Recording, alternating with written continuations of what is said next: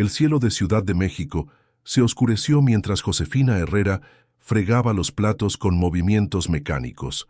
A sus 34 años, su rostro reflejaba una belleza desgastada por años de miradas esquivas y explicaciones inventadas sobre moretones mal disimulados. El reloj de la cocina marcaba las 7:42 de la tarde y Antonio llegaría en cualquier momento. Manuel, su hijo de 8 años, dibujaba en silencio en la mesa del comedor. El lápiz se movía suavemente sobre el papel, trazando lo que parecía ser un superhéroe con una capa roja. Josefina lo observó de reojo, sintiendo ese nudo familiar en la garganta. El niño se parecía tanto a ella, los mismos ojos oscuros, la misma sonrisa tímida, pero últimamente había comenzado a encogerse cuando escuchaba la puerta principal, igual que ella. «Mami, ¿puedo mostrarte mi dibujo?», preguntó Manuel levantando la hoja con orgullo.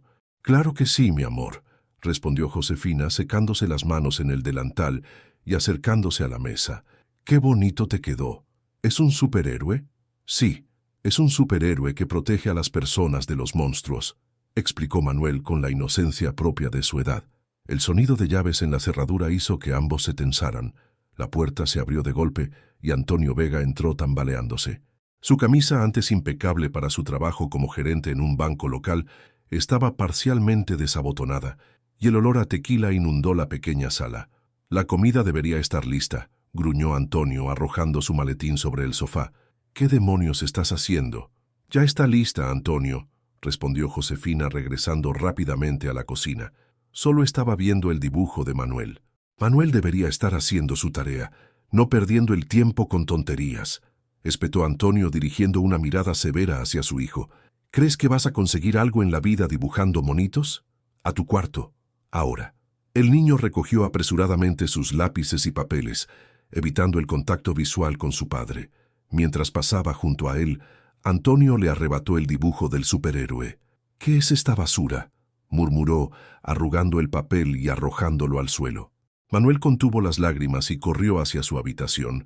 Josefina sintió que algo se quebraba dentro de ella, pero se limitó a servir la cena en silencio.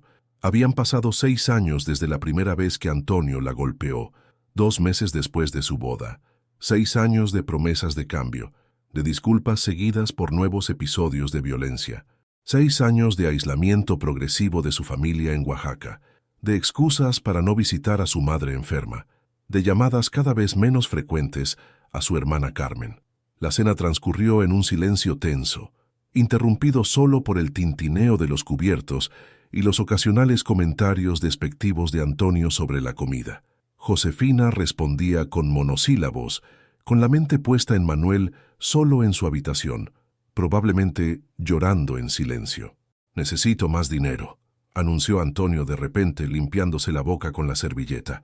«La próxima semana tengo una reunión importante con unos inversionistas. Pero ya te di todo lo que gané este mes en la tienda», respondió Josefina, sintiendo un escalofrío. «Apenas nos queda para terminar el mes». Antonio golpeó la mesa con el puño, haciendo saltar los platos. «¿Me estás cuestionando?». Su voz era baja, amenazante. «Después de todo lo que hago por ti y por ese niño, si no fuera por mí estarían en la calle».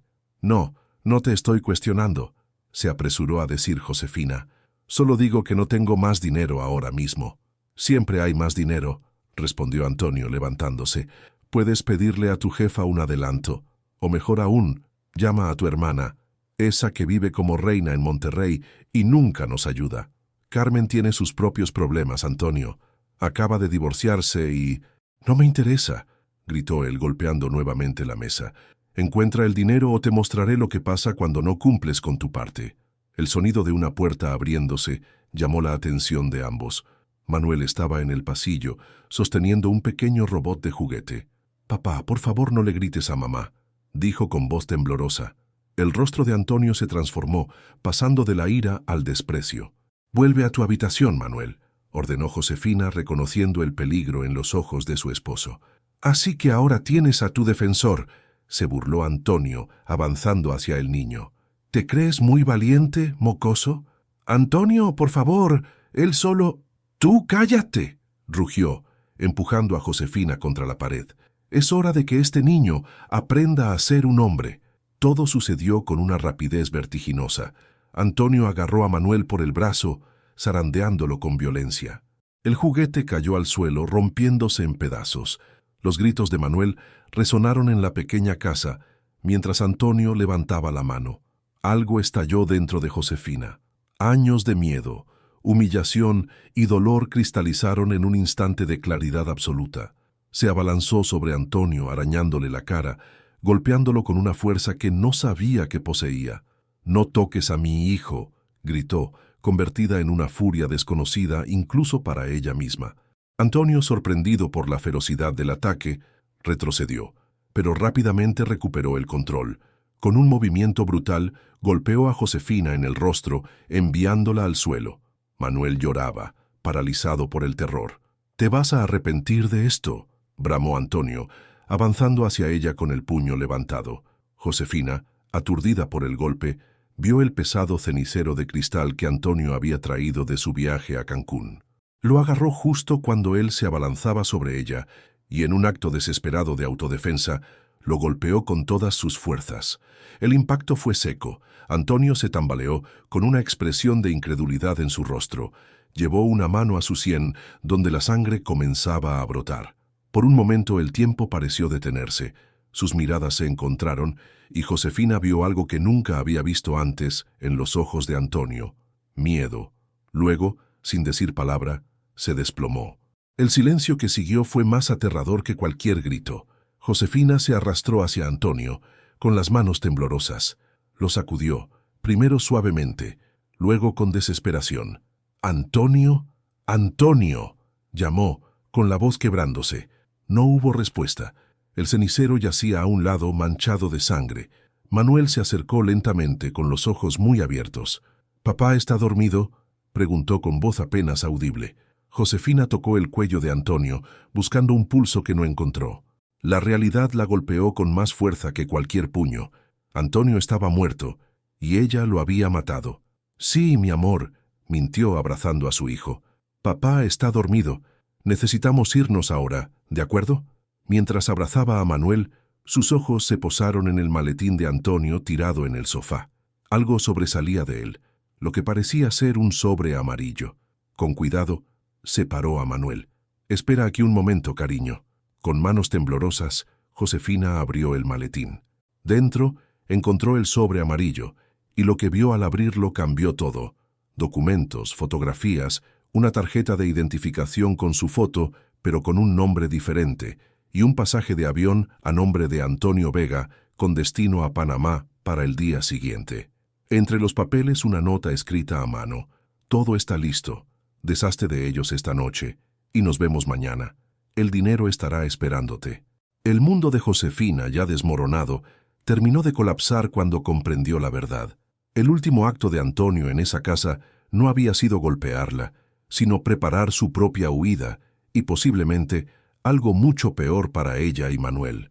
Con la lluvia comenzando a golpear las ventanas, Josefina tomó una decisión. En 15 minutos había empacado lo esencial en una maleta, tomado los documentos del sobre y el dinero que guardaba secretamente bajo una loseta suelta del baño. «Vamos, mi amor», dijo a Manuel, quien seguía mirando el cuerpo inmóvil de su padre. «Tenemos que irnos». «¿A dónde vamos, mamá?», preguntó el niño, mientras ella lo envolvía en su abrigo. «A un lugar seguro», respondió Josefina, mirando por última vez la escena del crimen, la evidencia de su defensa desesperada y el siniestro plan de Antonio, que nunca llegó a concretarse. Lejos de aquí. Cuando la puerta se cerró tras ellos, la lluvia arreciaba sobre Ciudad de México, lavando las huellas de sus pasos apresurados hacia un futuro incierto, pero libre, de Antonio Vega. El autobús avanzaba por la carretera que conectaba Ciudad de México con Puebla, atravesando paisajes difuminados por la lluvia incesante. Josefina mantenía a Manuel dormido sobre su regazo, mientras su mente intentaba procesar los acontecimientos de las últimas horas. El celular que había comprado en la terminal vibraba ocasionalmente con notificaciones de noticias locales. No había reportes sobre un homicidio en su colonia, pero sabía que era cuestión de tiempo. Antonio no se presentaría a trabajar al día siguiente y eventualmente alguien investigaría. La vecina, que siempre la miraba con lástima, el compañero de trabajo que debía encontrarse con Antonio para ese viaje a Panamá. Los documentos que había encontrado en el maletín descansaban en el fondo de su bolsa. Durante las 2 horas que llevaban de viaje, Josefina había revisado cada papel, cada fotografía, tratando de entender qué estaba sucediendo. Lo que descubrió la dejó helada. Antonio aparecía en varias fotografías con personas que ella no conocía, en reuniones que nunca mencionó.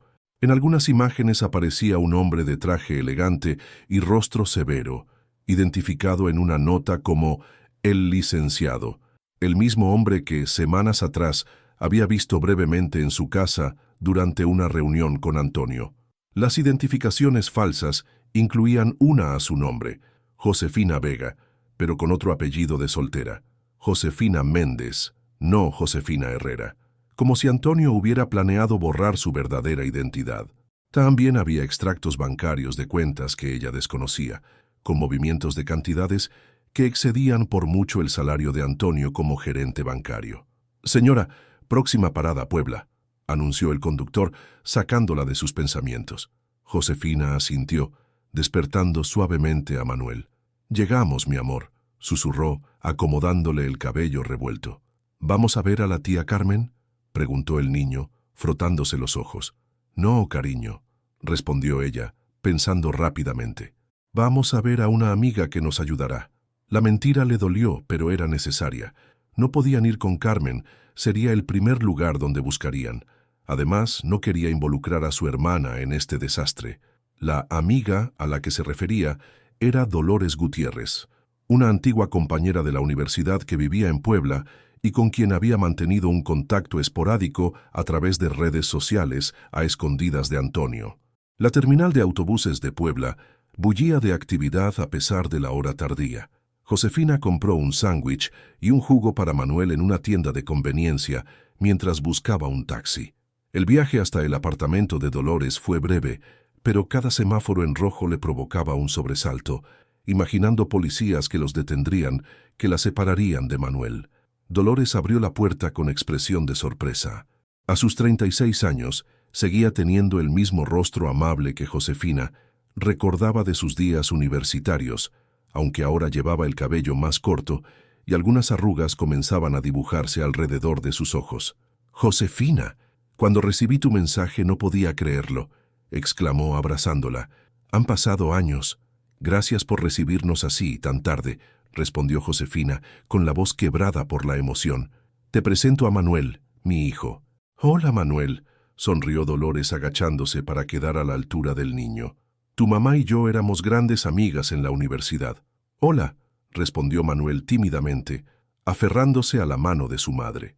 Una vez dentro del pequeño pero acogedor apartamento, Dolores preparó chocolate caliente para Manuel y café para ellas. Cuando el niño finalmente se quedó dormido en el sofá, Josefina se derrumbó. «Lo maté, Dolores», confesó en un susurro, con lágrimas rodando por sus mejillas. «Maté a Antonio».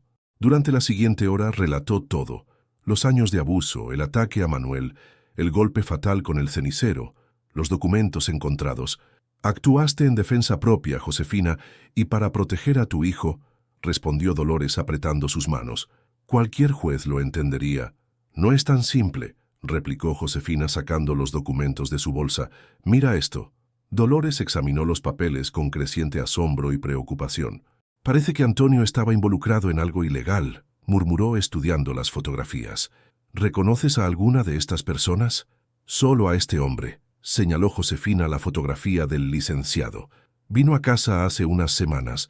Antonio me presentó como un colega del banco, pero actuaba extraño, como si estuviera nervioso. ¿Y esta nota? Deshazte de ellos esta noche», leyó Dolores con el ceño fruncido.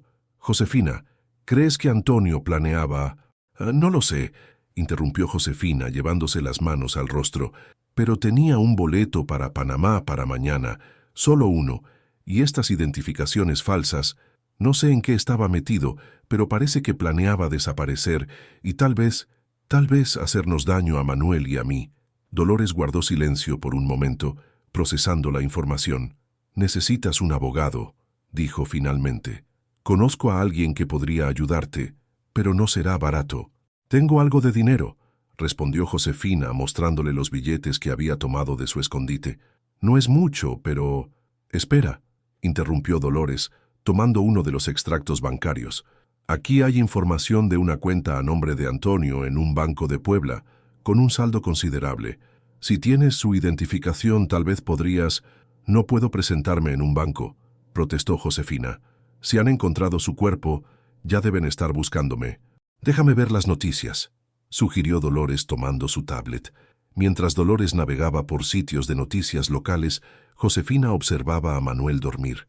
Su hijo, tan pequeño, tan inocente, ahora arrastrado a una pesadilla por la violencia de su padre y la reacción desesperada de ella. No hay nada sobre un homicidio en tu colonia, informó Dolores, después de revisar varios sitios. Pero hay algo interesante. Un incendio en una casa en la colonia Roma. La dirección... Josefina, es tu casa. Josefina se acercó rápidamente a la tablet. Efectivamente, un incendio había consumido parcialmente su vivienda alrededor de las 2 de la madrugada, 3 horas después de su huida. Los bomberos habían controlado las llamas, pero los daños eran considerables. No se reportaban víctimas. No entiendo, murmuró Josefina confundida. Cuando nos fuimos, Antonio estaba... El cuerpo estaba allí. Quizás alguien entró después, sugirió Dolores con expresión grave. Alguien que sabía que Antonio estaría allí, alguien que esperaba encontrarlo solo. El licenciado, susurró Josefina recordando la nota. Deshazte de ellos esta noche y nos vemos mañana. Antonio debía eliminar cualquier rastro antes de huir a Panamá. Y cuando no lo hizo, enviaron a alguien más, completó Dolores. Alguien que encontró el cuerpo y decidió cubrir las huellas con un incendio. Un escalofrío recorrió la espalda de Josefina. Si esta teoría era cierta, no solo la policía la buscaría por la muerte de Antonio, sino también las personas con las que él estaba involucrado. Necesito saber más, decidió Josefina, con una determinación que surgía del miedo y la desesperación. Necesito entender en qué estaba metido Antonio. A la mañana siguiente, después de una noche inquieta en el sofá junto a Manuel, Josefina se enfrentó a una nueva realidad. Ya no era solo una mujer que había actuado en defensa propia. Ahora era una fugitiva perseguida por fuerzas que ni siquiera comprendía completamente. Dolores se había ido temprano a su trabajo como profesora universitaria, no sin antes darle las llaves de su apartamento y el número de teléfono del abogado que había mencionado. «Mamá, ¿vamos a volver a casa?», preguntó Manuel durante el desayuno, un plato de cereal que Josefina había encontrado en la alacena de Dolores. «No, mi amor», respondió ella acariciándole la mejilla. «Vamos a quedarnos aquí unos días y luego buscaremos un nuevo hogar». «¿Por qué papá no vino con nosotros?». La pregunta, tan inocente, tan devastadora, dejó a Josefina sin palabras por un momento. «Papá, tenía que resolver algunos asuntos», respondió finalmente, odiándose por la mentira pero incapaz de decir la verdad. «No podremos verlo por un tiempo». Los ojos de Manuel se iluminaron brevemente. «¿Eso significa que ya no nos gritará?». El corazón de Josefina se encogió. ¿Cuánto daño había causado Antonio a su hijo sin que ella pudiera evitarlo? «No, mi amor, ya no nos gritará», aseguró, abrazándolo con fuerza. Después de acomodar a Manuel con algunos juguetes que Dolores guardaba para sus sobrinos, Josefina encendió la televisión buscando noticias. Los informes sobre el incendio continuaban, pero ahora había un nuevo elemento. La policía buscaba a Antonio Vega y su familia, desaparecidos desde la noche anterior. Un vecino había reportado gritos y sonidos de pelea, seguidos por la salida apresurada de una mujer y un niño. La imagen de Josefina apareció en pantalla, una fotografía antigua de su boda, donde sonreía junto a Antonio. Se solicita información sobre el paradero de Josefina Herrera y su hijo Manuel Vega, desaparecidos tras un incendio en su domicilio. Con manos temblorosas, Josefina apagó el televisor. Necesitaba pensar, actuar rápidamente. Si la policía la buscaba, probablemente ya habrían contactado a Carmen en Monterrey. No podía ir allí. Tampoco podía quedarse indefinidamente con Dolores, poniéndola en riesgo. Los documentos de Antonio seguían en su bolsa. Revisándolos nuevamente, encontró algo que había pasado por alto. Una tarjeta de acceso a una caja de seguridad en el Banco Comercial de Puebla. el mismo banco donde Antonio tenía la cuenta con el saldo considerable. Una idea comenzó a formarse en su mente. Si podía acceder a esa caja de seguridad, tal vez encontraría respuestas, o al menos recursos para huir con Manuel. El sonido del timbre la sobresaltó. Rápidamente guardó los documentos y se acercó a la puerta, con el corazón martilleando en su pecho. A través de la mirilla, vio a un hombre de mediana edad con un maletín.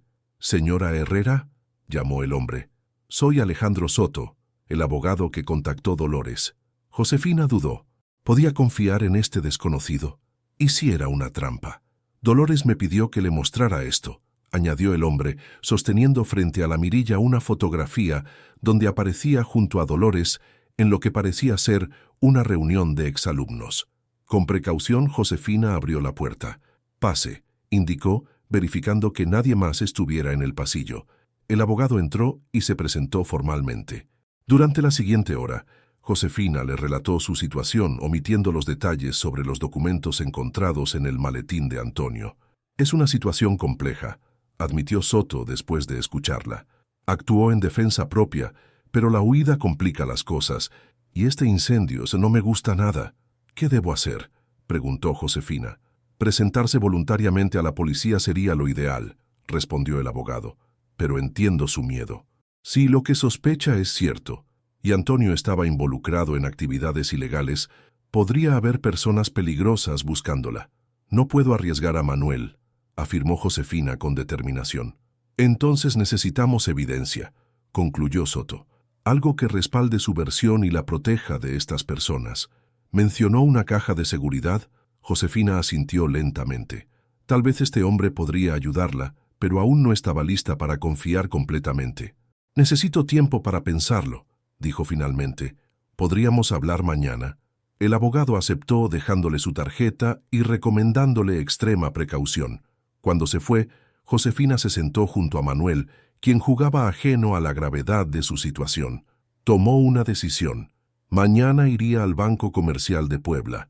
Necesitaba saber qué guardaba Antonio en esa caja de seguridad, qué secretos ocultaba el hombre con quien había compartido más de 8 años de su vida, el padre de su hijo, el hombre que había muerto a sus manos en un acto desesperado de protección.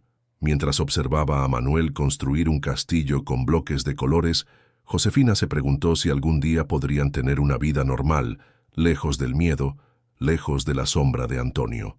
Por ahora, lo único que tenía claro era que haría cualquier cosa para proteger a su hijo, incluso enfrentarse a los secretos mortales que Antonio había dejado tras su último acto en aquella casa que ya no existía. La mañana siguiente amaneció con un cielo plomizo sobre Puebla. Josefina había pasado la noche estudiando los documentos de Antonio, buscando cualquier detalle que pudiera ayudarla a entender mejor la situación. Manuel dormía profundamente cuando Dolores entró en el apartamento, regresando de su turno matutino en la universidad. «¿Estás segura de esto?», preguntó Dolores cuando Josefina le explicó su plan de visitar el banco. «Es arriesgado. No tengo alternativa», respondió Josefina mostrándole la tarjeta de acceso a la caja de seguridad. «Necesito saber qué guardaba allí Antonio». Después de asegurarse de que Manuel estaría bien cuidado por Dolores, Josefina se preparó para salir. Se recogió el cabello bajo una gorra, se puso unas gafas de sol que le había prestado su amiga y tomó un taxi hacia el centro de Puebla. El Banco Comercial era un edificio imponente de cristal y acero. Josefina entró con paso inseguro, sintiendo que cada mirada se posaba en ella, que cada guardia de seguridad podía reconocerla de los noticieros. Se acercó a un mostrador y presentó la identificación falsa que había encontrado entre los documentos de Antonio, junto con la tarjeta de acceso. «Buenos días, quisiera acceder a mi caja de seguridad», dijo intentando que su voz sonara firme. La empleada verificó los documentos con eficiencia rutinaria. «Por supuesto, señora Méndez. Sígame, por favor». Josefina siguió a la mujer hasta una sala privada en el sótano del banco, donde filas de cajas de seguridad metálicas cubrían las paredes. La empleada usó la tarjeta y una llave maestra para abrir una de ellas. Luego, la dejó sola con la caja. Con manos temblorosas, Josefina extrajo el contenido: un sobre grueso, una pequeña libreta negra y una memoria USB. Abrió primero el sobre, encontrando fajos de billetes de alta denominación.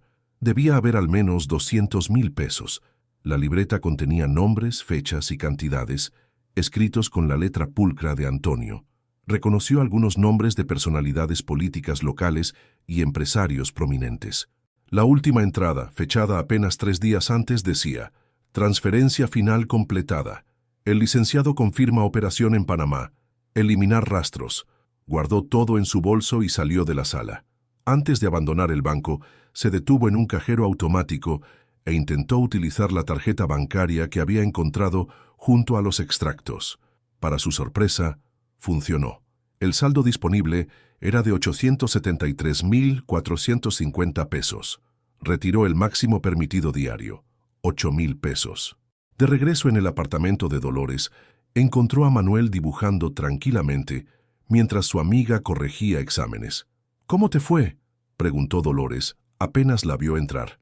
«Necesito ver lo que hay en esto», respondió Josefina, mostrándole la memoria USB. Dolores conectó la memoria a su laptop. Contenía varios archivos, fotografías, documentos escaneados y hojas de cálculo. Las fotografías mostraban a Antonio en reuniones con diversos hombres, incluyendo a el licenciado y otros que aparecían en los documentos del maletín. Los documentos escaneados eran contratos, algunos con membrete oficial del banco donde trabajaba Antonio, otros con sellos gubernamentales. «Esto parece», murmuró Dolores revisando las hojas de cálculo. «Dios mío, Josefina, creo que Antonio estaba involucrado en lavado de dinero». Las hojas mostraban movimientos de grandes cantidades entre distintas cuentas, con códigos y referencias crípticas. Algunos nombres coincidían con los de la libreta negra. «Y parece que tenía evidencia contra todas estas personas», añadió Dolores, señalando una carpeta titulada Seguro. Dentro de esa carpeta había más fotografías comprometedoras, grabaciones de audio y documentos que implicaban a figuras poderosas en esquemas de corrupción. Era evidente que Antonio había estado recopilando esta información como una forma de protección o posiblemente de chantaje. «Ahora entiendo por qué querían que desapareciera», dijo Josefina, sintiendo un escalofrío. Antonio sabía demasiado y planeaba huir con esta información. «Y ahora tú la tienes», señaló Dolores con preocupación en su voz, «lo que te convierte en un objetivo». El sonido del timbre interrumpió la conversación. Dolores se asomó por la mirilla y su expresión se tensó. «Es un hombre que no conozco», susurró. «Traje oscuro, parece oficial». Josefina sintió que la sangre se le helaba en las venas. Rápidamente guardó la memoria USB y los documentos en su bolso. «Manuel, mi amor», llamó en voz baja a su hijo. «Necesitamos estar muy callados como cuando jugamos a las escondidas». El niño asintió, percibiendo la tensión en el ambiente. Dolores les indicó que se ocultaran en su habitación mientras ella atendía la puerta. Desde la habitación, Josefina escuchó fragmentos de la conversación. «Investigando el caso Vega», decía una voz masculina. «Según nuestros registros, usted conoció a Josefina Herrera en la universidad». «No he sabido de ella en años», respondió Dolores con naturalidad. «Nos distanciamos después de su matrimonio. Si llega a tener noticias suyas, por favor comuníquese inmediatamente con esta unidad», indicó el hombre. «Es importante que la localicemos antes de que...». La frase quedó inconclusa, pero el tono sugería una amenaza velada. Cuando Dolores regresó a la habitación después de que el hombre se marchara, su rostro estaba pálido. «No era policía», afirmó con voz temblorosa. Mostró una identificación, pero algo no encajaba. Preguntó cosas extrañas como si supiera que estabas aquí y solo quisiera confirmarlo. «Tenemos que irnos», decidió Josefina. «No puedo ponerte en peligro». «¿A dónde irás?», preguntó Dolores, ayudándola a recoger sus escasas pertenencias. Josefina guardó silencio por un momento, considerando sus opciones. No podía ir con Carmen, y ahora tampoco podía quedarse en Puebla. «Oaxaca», respondió finalmente. «Mi madre vive en un pueblo pequeño cerca de la capital. Nadie pensaría en buscarme allí». Josefina no había visitado a su madre en casi 3 años, desde que Antonio comenzó a aislarla completamente. Ni siquiera le había presentado a Manuel en persona. Solo lo conocía por videollamadas esporádicas, cuando Antonio estaba ausente. Antes de partir, Josefina contactó al abogado Alejandro Soto. Se reunieron brevemente en una cafetería cercana a la terminal de autobuses. «Esto es más grande de lo que pensábamos», le explicó Josefina, mostrándole parte de la evidencia encontrada en la caja de seguridad. Antonio estaba involucrado en una red de lavado de dinero que incluye a políticos y empresarios. Soto examinó los documentos con expresión grave. «Esto podría protegerte o ponerte en mayor peligro», advirtió. «Depende de cómo lo manejemos». Acordaron que Josefina le entregaría copias de todos los documentos, que él guardaría como garantía. Si algo le sucedía a ella o a Manuel, Soto entregaría todo a las autoridades federales, no a las locales, que podrían estar implicadas. «Mantente en contacto a través de este número», le indicó Soto, entregándole un teléfono prepago. «Solo yo tengo este contacto. Si no recibo noticias tuyas cada 3 días, asumiré que algo ha ocurrido y actuaré». Esa misma tarde, Josefina y Manuel abordaron un autobús con destino a Oaxaca. Durante el viaje de 6 horas, Josefina mantuvo los ojos fijos en cada pasajero que subía, en cada vehículo que los seguía en la carretera. Manuel se había quedado dormido con la cabeza apoyada en su regazo, cuando Josefina notó un auto negro que parecía seguir al autobús desde la última parada. Su corazón se aceleró. ¿Paranoia o un peligro real? No podía arriesgarse a averiguarlo. En la siguiente parada, una pequeña estación en un pueblo de Oaxaca, Josefina despertó a Manuel y bajaron apresuradamente. En lugar de continuar hacia la capital, tomaron un taxi hacia un pueblo diferente, San Juan Teitipac, donde una tía abuela había vivido años atrás. No sabía si aún existían parientes allí, pero era un desvío que ningún perseguidor anticiparía. El pueblo era pequeño, con calles empedradas y casas de colores desgastados por el sol. La iglesia del siglo XVI dominaba la plaza principal, donde algunos ancianos conversaban en el dialecto zapoteco local. «¿Tienes hambre, mi amor?», preguntó a Manuel, que observaba todo con curiosidad. «Sí, mamá», respondió el niño. «¿Por qué hablan diferente esas personas?». «Es zapoteco, el idioma de nuestros antepasados», explicó Josefina, dirigiéndose a un pequeño comedor. «Mi abuela lo hablaba, y mi madre entiende algunas palabras». En el comedor, atendido por una mujer de edad avanzada, Josefina preguntó por la familia Herrera. La mujer la miró con interés. «¿Eres pariente de doña Soledad Herrera?», preguntó. «Era mi tía abuela», respondió Josefina, sintiendo un destello de esperanza.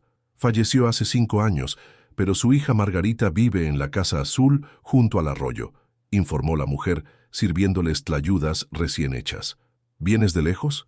«De la ciudad», respondió Josefina, evitando dar más detalles. Después de comer, siguieron las indicaciones hacia la Casa Azul.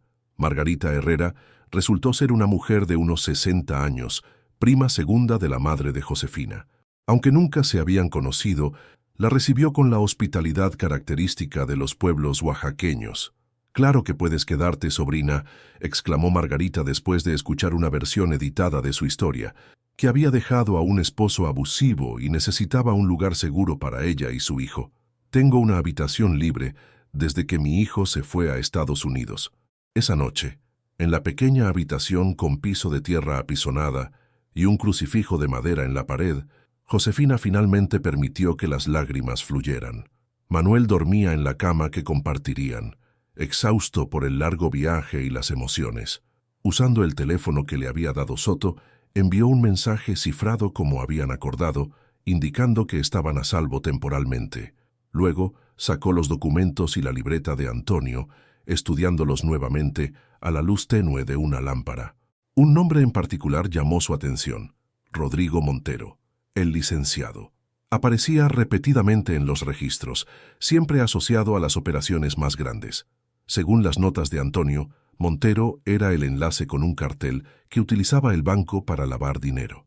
Antonio planeaba traicionarlos, pensó Josefina, conectando las piezas. Iba a huir con evidencia que podía hundirlos a todos. Y ahora ella tenía esa evidencia. Una mujer que oficialmente no existía, que según los noticieros había desaparecido junto con su esposo e hijo en un misterioso incendio. Una mujer con acceso a secretos que podían destruir a personas poderosas. Durante 3 días, Josefina y Manuel permanecieron en San Juan Teitipac. La vida en el pueblo tenía un ritmo diferente, marcado por el sonido de las campanas de la iglesia y los pregones de los vendedores ambulantes. Manuel jugaba con los niños locales, aprendiendo palabras en zapoteco y olvidando momentáneamente el horror que habían dejado atrás. Josefina contactaba diariamente a Soto, quien le informaba de los avances. La policía había encontrado restos humanos en los escombros de la casa incendiada, pero la identificación tomaría tiempo debido al estado del cuerpo. Las autoridades asumían que se trataba de Antonio y que Josefina y Manuel habían huido, o peor aún, también habían perecido en el incendio, con sus cuerpos aún no descubiertos. «Han entrevistado a tu hermana Carmen», le informó Soto en su tercera llamada. «Está preocupada, pero no sabe nada. También hay otro grupo buscándote, no oficiales. Preguntan en los hospitales, las terminales de autobuses. Son profesionales. ¿Crees que es seguro ir a ver a mi madre?», preguntó Josefina. «No todavía», respondió Soto. «Estoy preparando algo que podría protegerte definitivamente, pero necesito unos días más. ¿Estás segura allí?». «Por ahora sí», confirmó Josefina, observando a Manuel que jugaba con un perro callejero en el patio de tierra. «Pero no podemos quedarnos mucho tiempo». Esa misma noche, Josefina escuchó a Margarita hablar con alguien en la entrada de la casa. La conversación, en una mezcla de español y zapoteco, parecía tensa. «Preguntan por una mujer con un niño», explicó Margarita cuando regresó. «Dicen que son familia, pero no me gustó su apariencia».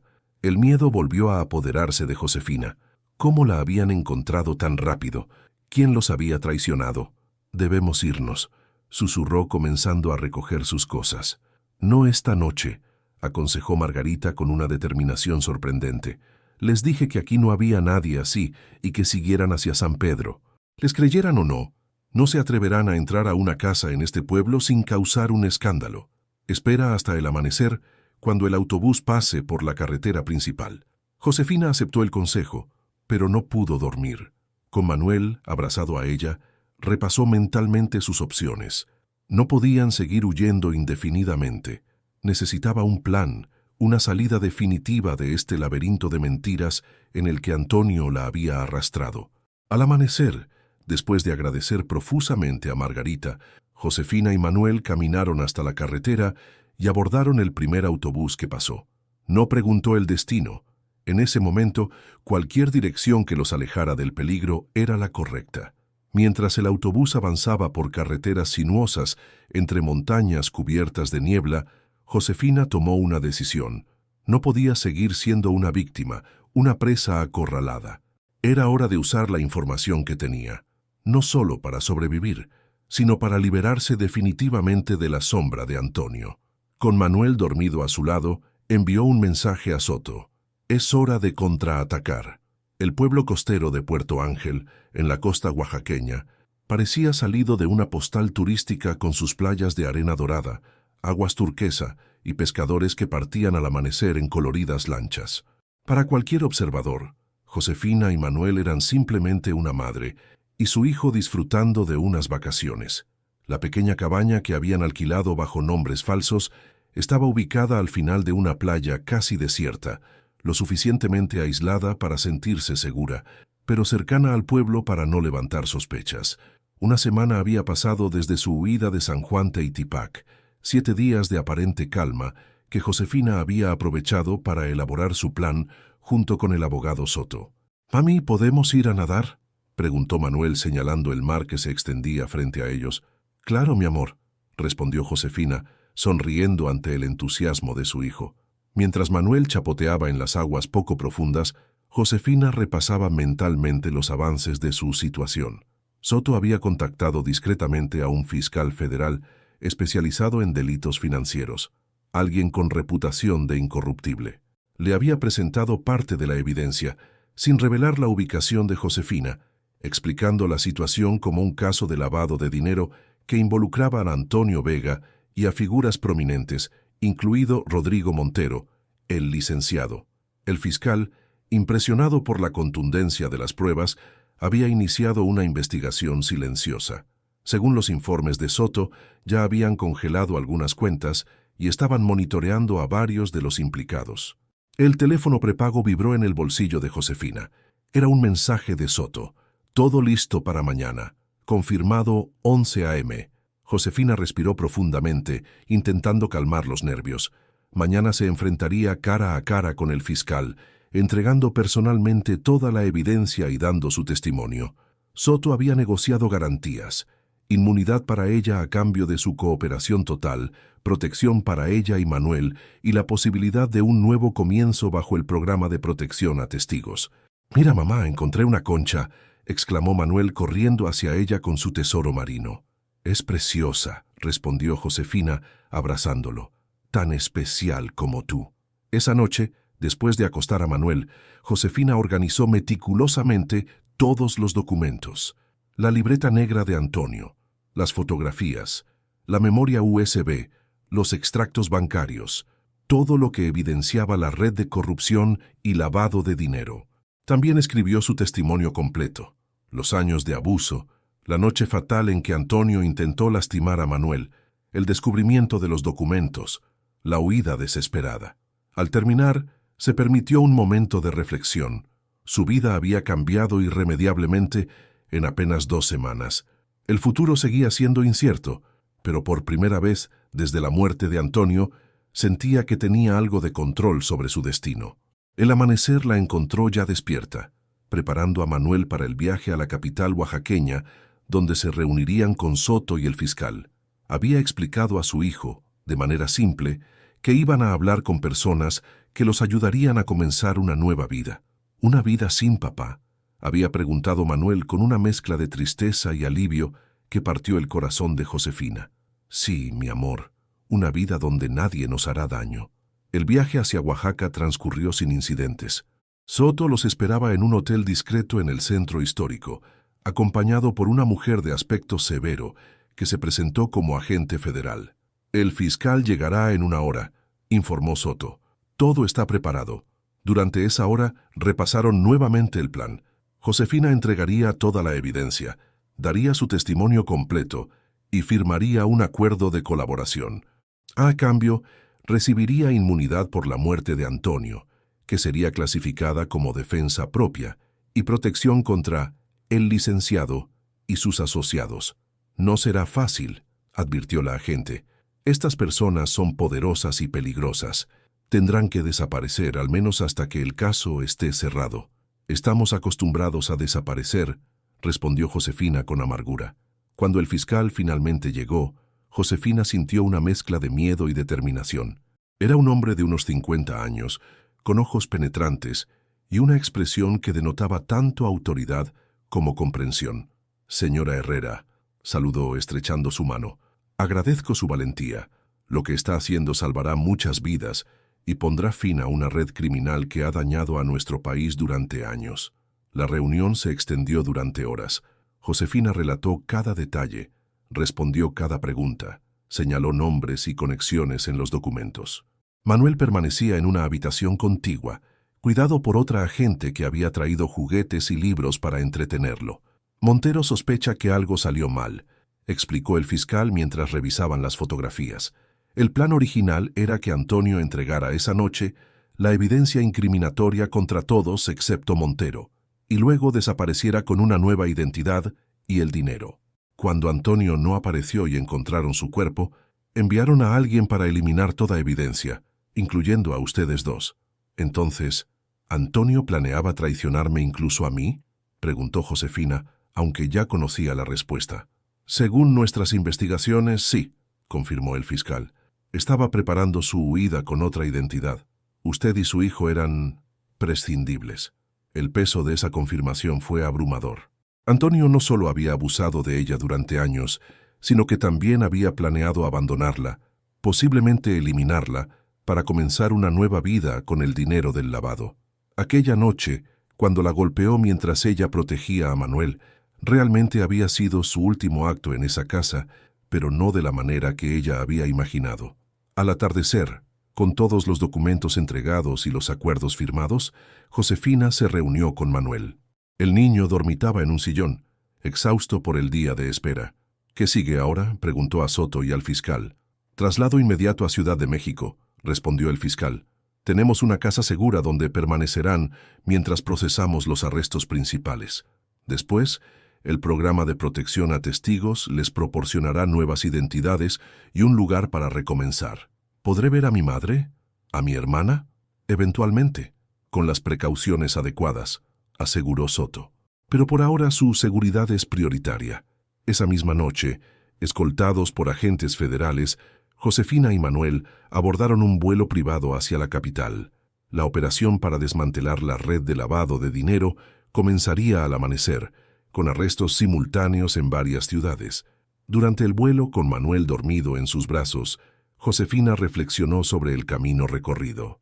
Había pasado de ser una mujer maltratada, atrapada en un ciclo de violencia, a una fugitiva, y ahora a alguien que estaba ayudando a desmantelar una organización criminal. Todo por un acto desesperado de protección hacia su hijo. La casa segura en Ciudad de México era un apartamento modesto pero confortable en un edificio vigilado. Durante las siguientes semanas, Josefina siguió los avances de la operación a través de Soto y los noticieros. Los titulares confirmaban el éxito. Desmantelan red de lavado de dinero vinculada a cartel. Detienen a reconocido abogado por nexos con el crimen organizado. Congelan cuentas millonarias en investigación por lavado. Rodrigo Montero, el licenciado, había sido arrestado junto con varios funcionarios bancarios y políticos locales. Un mes después del inicio de la operación, el fiscal visitó personalmente a Josefina para darle la noticia. La investigación sobre la muerte de Antonio había sido oficialmente cerrada, clasificada como defensa propia. Su nombre había sido limpiado, aunque por seguridad seguiría bajo protección. «Hemos preparado nuevas identidades para usted y su hijo», informó el fiscal, entregándole un sobre con documentos. «Podrán elegir entre 3 posibles ubicaciones para reubicarse». «¿Y mi familia?», preguntó Josefina. «Su madre y su hermana han sido informadas de su situación de manera discreta. Podrán tener contacto supervisado inicialmente y eventualmente, cuando el caso esté completamente cerrado y los juicios terminados, podrían reunirse permanentemente si así lo desean».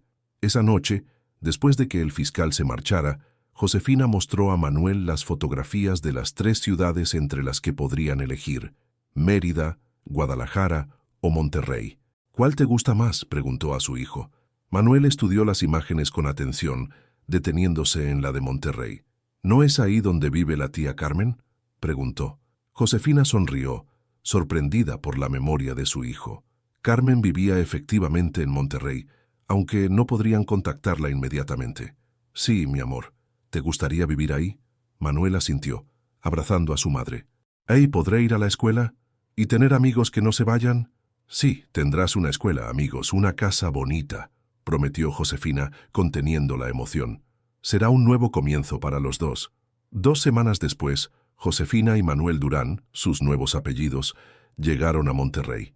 El apartamento que les habían asignado estaba en un barrio tranquilo, con un parque cercano y una escuela a pocas cuadras. Josefina había recibido una oferta de trabajo en una librería, un empleo sencillo pero estable que le permitiría tener horarios compatibles con los de la escuela de Manuel. La primera noche en su nuevo hogar, mientras Manuel dormía en su propia habitación, un lujo que no habían tenido en la casa de Antonio, Josefina se sentó en la pequeña terraza, contemplando las luces de la ciudad. En algún lugar de esa misma ciudad, su hermana Carmen continuaba con su vida, sin saber que Josefina estaba tan cerca. Algún día, cuando fuera seguro, podrían reunirse. Algún día, Manuel conocería a su abuela y a su tía. Algún día, la sombra de Antonio se desvanecería completamente. Por ahora tenían esta nueva oportunidad, ganada a un precio terrible pero necesario. Josefina había aprendido la lección más dura. A veces, la única forma de proteger lo que amas es enfrentándote a tus peores miedos y luchando con una ferocidad que nunca creíste poseer. El último acto de Antonio en aquella casa había sido golpearla mientras ella protegía a su hijo. Un acto de violencia que había desencadenado una serie de eventos que finalmente la habían liberado, no solo de él, sino también de años de miedo y sometimiento. Mientras la brisa nocturna acariciaba su rostro, Josefina pensó en todas las mujeres que, como ella, vivían atrapadas en ciclos de violencia, incapaces de ver una salida. Si ella había encontrado la fuerza para escapar, para proteger a su hijo, para enfrentarse a una organización criminal, entonces quizás su historia podría dar esperanza a otras. Algún día, cuando todo hubiera pasado, tal vez podría compartir su experiencia. No como Josefina Herrera ni como Josefina Durán, sino simplemente como una mujer que se negó a ser una víctima más. Por ahora, sin embargo, se conformaba con estar viva, con tener a Manuel sano y salvo, y con la promesa de un mañana sin miedo. La luna brillaba sobre Monterrey cuando Josefina finalmente entró en la casa, cerrando suavemente la puerta tras ella. No para encerrarse como tantas veces antes, sino para proteger el nuevo comienzo que tanto había costado conseguir.